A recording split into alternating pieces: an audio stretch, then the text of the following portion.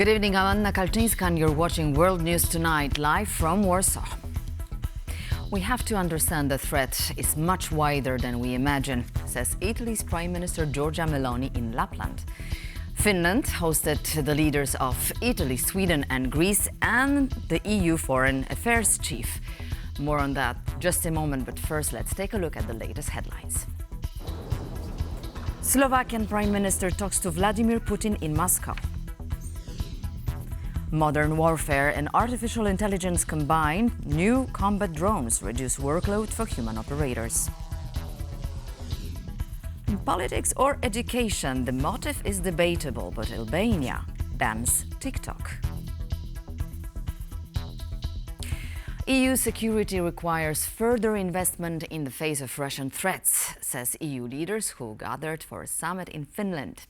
The leaders of Sweden, Finland, Greece, Italy and the EU's chief diplomat also discussed illegal migration, which has been instrumentalized in the north by the regimes in Moscow and Minsk. Marek Stil reports. Finland's far north region of Lapland, past the Arctic Circle. This is how far Russia sent migrants last year to destabilize a new NATO member, Finland. This is also where Europe's leaders from the north and the south met over the weekend to talk about border security. Russia poses a direct threat to European security. Finland has 1,340 kilometers long border with Russia, which is an external EU and NATO border. It's longer than the road from Brussels to Rome. Among the leaders was Giorgia Meloni, the Italian prime minister known for her tough stance on migration. Meloni criticized the EU migration pact adopted last year. It included a forced relocation mechanism opposed by, for instance, Poland. Tackling the issue of illegal immigration solely as a solidarity-based debate was a mistake, in my opinion, as this matter is precisely a matter about security. The result is that we have been unable to defend our external borders and we have put our internal freedom of movement at risk. Both Italy and Greece were heavily hit by the European migration crisis that started back in 2015. But the northern countries experience what they call instrumentalization of illegal migration, so pushing migrants across the EU border, often by force. This is a mean of hybrid warfare waged by Russia and Belarus. The first and very serious lesson is that hybrid warfare is not just accidents. It's not just separate elements. It's a part of a strategy to reach some goal. The goal is to destabilize NATO and EU member states. Leaders across NATO's eastern flank, including Poland and the Baltics, have been saying since the crisis started in 2021. What I see is in hybrid attacks is that someday some country might be put in a position where they have to think whether they restrict individual rights of their own citizens to protect themselves. Finland shut all border crossings with Russia last December when 1,300 migrants crossed into Finland over just a few weeks. Helsinki accused Moscow of a hybrid operation of sending migrants without proper documents, mainly from Middle Eastern and African countries, to the Finnish border. Slovakian Prime Minister Robert Fico is in Moscow to discuss the issues of Russian gas deliveries to Europe with President Vladimir Putin. This comes amidst the decision by Kiev to halt transit of Russian gas via its territories by January 2025, which is likely to leave the EU country alongside Hungary vulnerable to gas shortages. Zuzanna Jurek reports. The meeting was reported on by Russian TV presenter Pavel Zarubin, with Putin and Fico meeting to discuss the future of Russian gas deliveries to Slovakia in light of the end of the transit contract between Moscow and Kiev. Speculations about their meeting began brewing over the weekend, with Serbian President Aleksandar Vučić claiming that Fico intended to discuss the fate of the gas transit directly with the Kremlin. The move comes amid allegations made by FICO against President Zelensky. FICO claimed that he was recently presented with an unusual proposal classifying the offer as, quote, bribery. Though experts are skeptical about the validity of the Slovakian PM's narrative, which could be seen as being aimed at playing on Ukraine's insecurities over the corruption plaguing the country. For FICO to be trying to flip this argument and basically say it's Ukraine blackmailing him, I'd argue no, it's just the opposite. FICO has been trying to blackmail Ukraine in every respect, in terms of what he's tried to extract from them, in terms of what he's tried to do on Putin's behalf. And I think it's embarrassing. You know, you've got two NATO member states in Slovakia and then obviously in Hungary that seem more aligned at times with Putin than they do with their own NATO allies. The current agreement between Russian majority state-owned Gazprom and Kiev is set to expire on December 31st, following President Zelensky's decision not to extend the deal, which had been in effect since 2019. If a European country is ready to receive gas and not pay this money to Russia until the end of the war, we can think about it. This is an important moment for us. Hungary and Slovakia are expected to be worst affected, as both nations continue to import Moscow's gas following sanction imposition by the EU.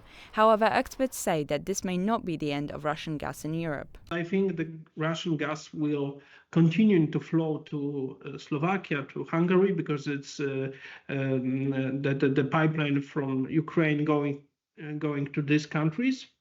And I think these countries would continue buying of Russian gas through the pipeline through the territory of Ukraine.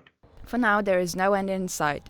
No new deals have been made public, and a failed attempt at brokering between Kiev and Moscow by the Azeri oil and gas giant Sukar has offered no resolution to the problem, looming over European countries dependent on Russian resources. And now to our daily Ukrainian update. Ukraine targeted a Russian oil depot in western Russia in a drone attack on the city of Oryol, according to local Russian officials. Oryol region governor Andrei Klichov said the fire had broken out at the depot following what he has called a massive drone attack on the facility. Our Ukraine correspondent Oz Katerji joins us now from Kiev with the latest. Good evening, Oz. Tell us, please, what do we know about this attack?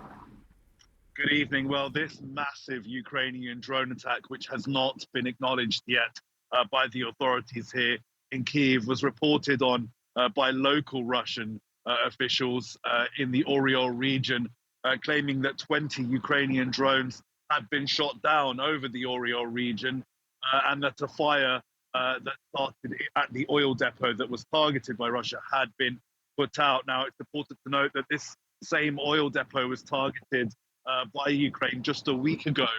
The Ukrainian armed forces, in fact, have highlighted it as a critical component of Russia's war machine. And this is part of a long-standing Ukrainian effort to degrade Russia's oil facilities across Russia.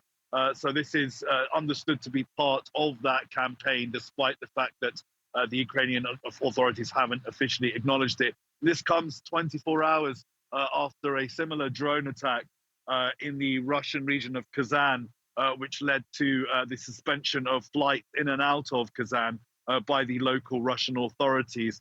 So this is, again, part and parcel of Ukraine's attempts to degrade Russia's war machine. And it comes in the midst of Russian attacks, repeated drone and missile attacks, targeting civilian areas in Ukraine, with one person killed in the last 24 hours of Russian attacks against Ukraine. Oz Katerji from Kiev. Thank you very much, Oz. Now, with the mass deployment and rapid evolution of combat drones, the war in Ukraine has seen modern technology being combined with another cutting-edge tech, artificial intelligence. Advanced algorithms are increasingly being used in target identification. Krzysztof Panek has more. Front lines in Ukraine run for hundreds of kilometers, with thousands of dugouts, armored vehicles and fighting positions posing a threat to the other side. Such a wide expanse is immensely difficult to monitor. AI programs are increasingly being used by Ukraine to identify targets autonomously. In order to learn how to do this, they require huge amounts of footage. Fortunately for Kyiv, nearly 3 years of war allowed the Ukrainian military to collect over 200 years of continuous combat footage to feed to the algorithm. What you basically do is you collect a couple of, well, millions of pictures, and then you tag them. So you tell the machine what is in the picture, and then after running through millions and millions of pictures like that, the machine will ultimately know when it sees a new picture, more or less what it can see in it. The Ukrainian Defense Ministry reports that some 12,000 pieces of enemy equipment are already being identified using AI every week.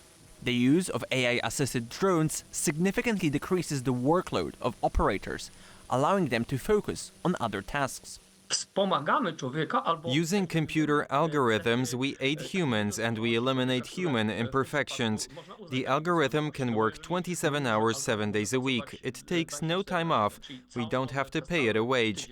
We can say a drone is better than a human in the sense that it replaces a human. Advanced algorithms can help not only in target detection, but also in higher-level decision-making. We don't have to gather the whole general staff to analyze data from 30 different units. This data comes in real time and is analyzed in real time. The algorithm provides new quality, a new way of operating the system. Russia's population is more than 3 times that of Ukraine, and this provides it with deeper manpower reserves. Greater reliance on advanced machines is a way for Kyiv to negate this advantage. So Ukrainian army is increasingly substituting resources such as soldiers with something much more expendable, hardware. And hopefully they will be able to counterbalance the unequal game they are playing in. With armies around the world increasingly turning to drones, Ukraine serves as a testing ground. Access to solutions developed in this conflict may prove an immense advantage in the wars yet to come. Albania is banning TikTok. Prime Minister Edi Rama says it is to make schools safer, but members of the opposition suggest the shutdown is politically motivated. The Albanian government's move is just one of TikTok's many challenges at the moment. Sonia Agatabishchan reports. Albania is shutting down TikTok for 1 year for everyone. The ban comes 1 month after a 14-year-old boy was killed, reportedly in connection to online confrontation. Prime Minister Edi Rama said the ban is part of a bigger campaign to make schools safer. The problem today is not our children. The problem today is us. The problem today is our society. The problem today is TikTok and all the others that are taking our children hostage. This is not the first time that TikTok has been accused of contributing to youth violence. Just 2 weeks ago, in Albania's neighboring North Macedonia, 17 students were hospitalized following a, quote, Superman challenge on TikTok. However, the TikTok spokesperson said that in the Albanian case, it found no evidence that either the perpetrator or the victim had a TikTok account. This provoked a reaction from the opposition. We will not allow Rama's premeditated murder against TikTok for electoral reasons. Zupa called the decision a, quote, grave act against freedom of speech and democracy. So, banning the Chinese-owned TikTok due to elections may not be a good thing, but apparently, neither is relying on it too heavily for that purpose. TikTok is currently under investigation by the EU over alleged Russian meddling, which swayed Romania's presidential election in favor of far-right candidate Calin Georgescu. We knew that TikTok was used in a very pushed-up way to help this guy. Some of the days right up before the first presidential tour, even so 3 million euros a day were pumped on TikTok. Across the pond, US President Joe Biden signed a bill in April mandating that TikTok's Chinese parent company, ByteDance, sell the app by mid-January due to national security concerns, or it could face a ban in the US. President-elect Donald Trump had an interest in banning TikTok during his first term, but is yet to form an opinion for the coming term. We'll take a look at TikTok. You know, I have a warm spot in my heart for TikTok because I won youth by 34 points. And there are those that say that TikTok had something to do with it. We're still waiting for President Trump's decision on the so-called TikTok ban. If we see more and more countries, including the United States of America, take stronger action, I would expect governments, including European governments, to perhaps follow suit, but we don't know. Social media takes center stage across the globe. In political context, Mauritius announced a social media ban in November ahead of its general elections, but it rescinded it the following day due to widespread public outcry. Looking at youth protection, Australia passed a first-of-its-kind social media ban for children under 16, also in November. Platforms now have a social responsibility to ensure the safety of our kids is a priority for them. We're making sure that mums and dads can have. In Albania, the proposed TikTok ban is expected in early 2025.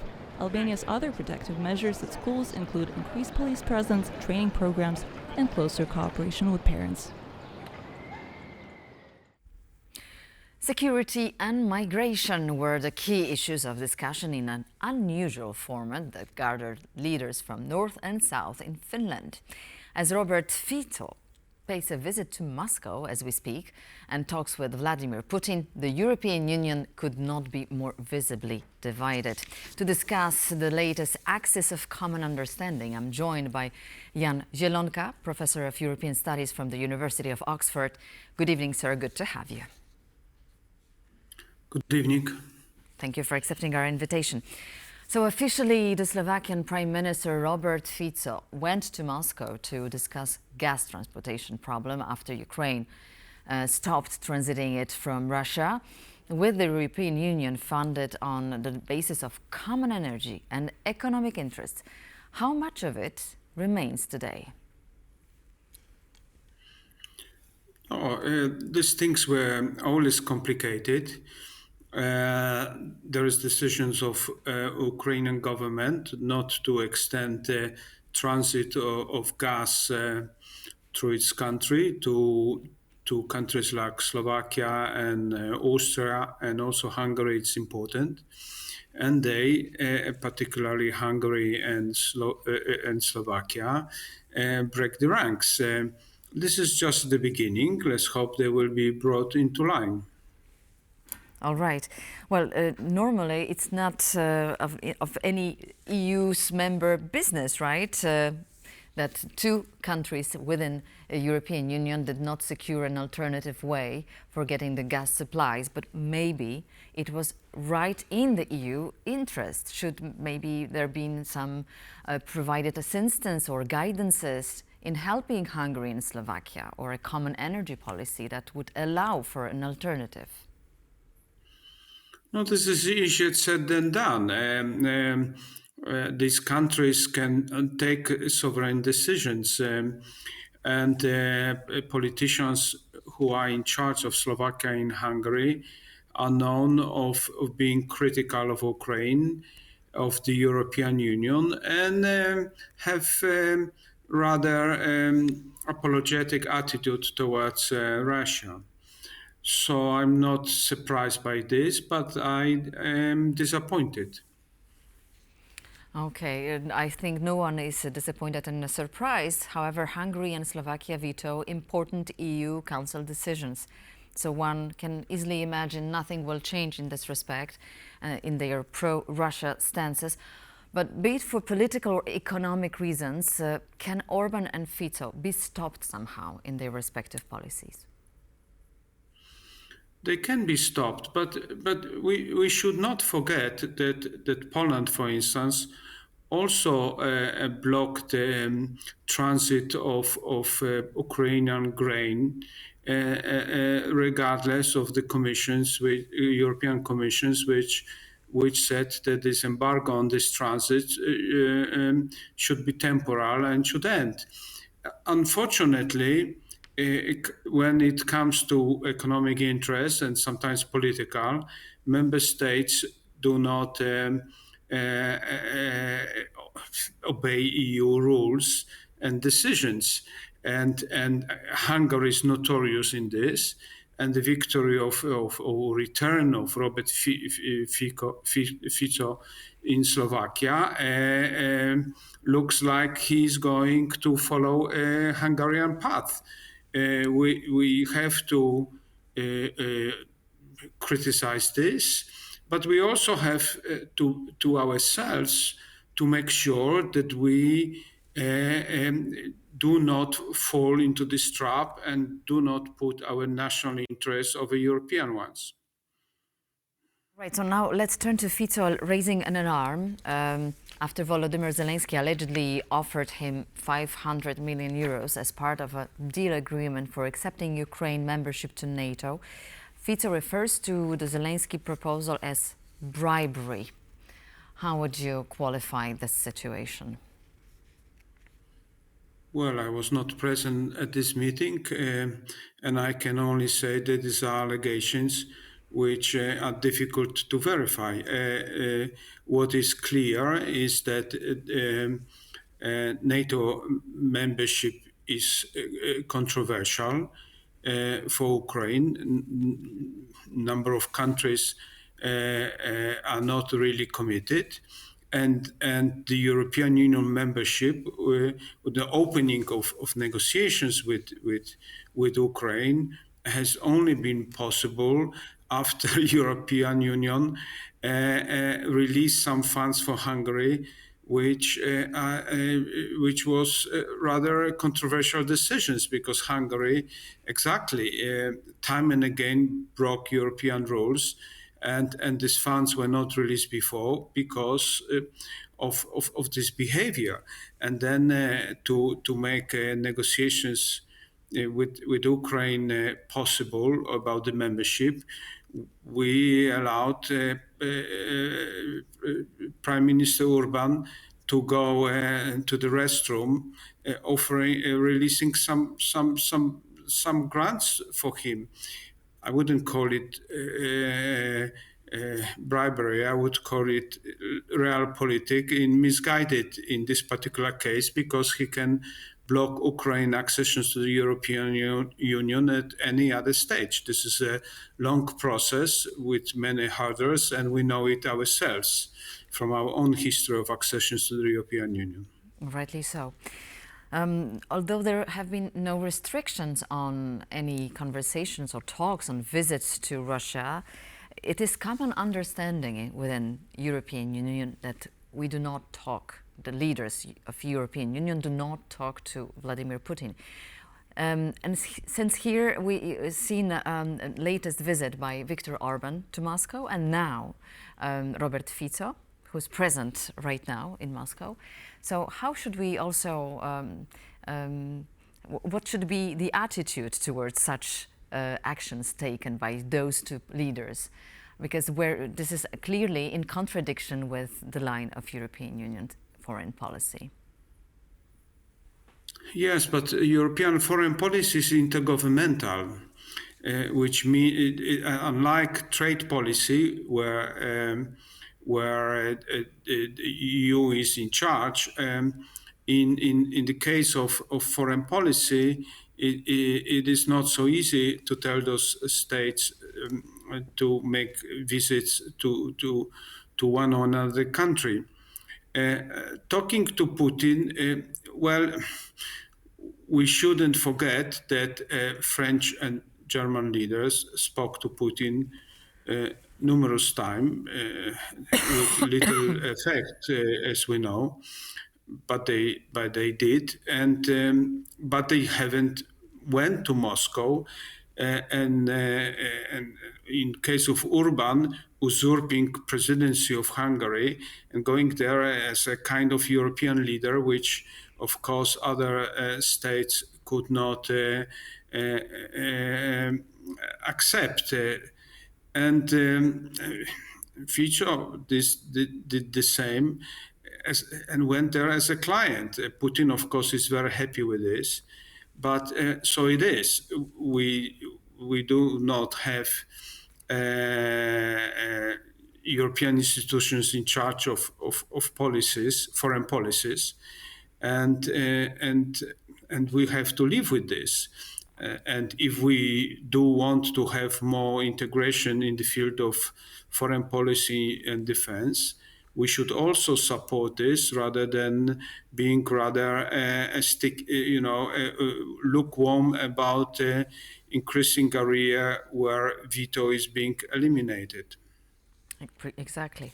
So now let's turn to what has happened in Lapland, in Finland today over the weekend.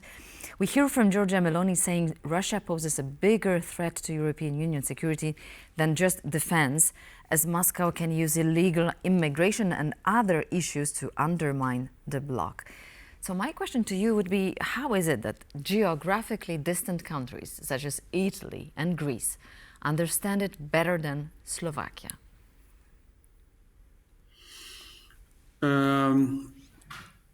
It very much depends who is in charge of those governments. If in Italy, Prime Minister would be Mr. Salvini and not Mrs. Meloni, he would probably behave like Mr. Fico. He's part of the coalition government in Italy, but not in charge.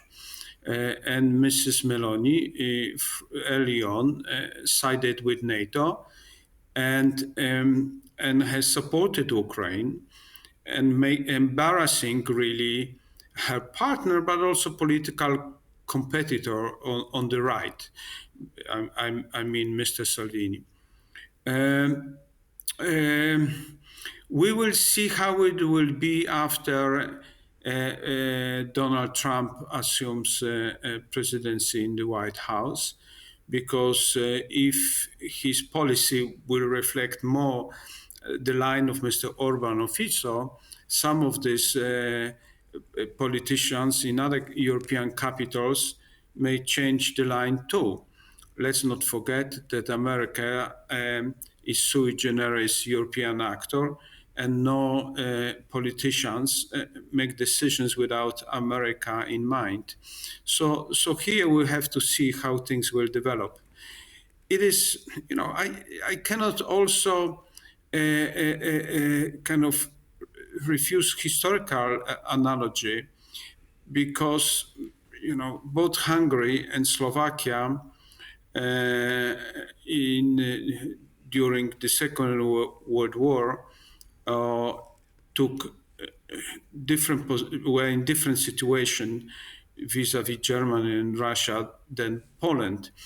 Italy, in this particular case, as you rightly pointed out, would be expected to act like Hungary, but it doesn't, and we should be pleased that it is the case. But on issues of migration, they have similar policies, I'm afraid.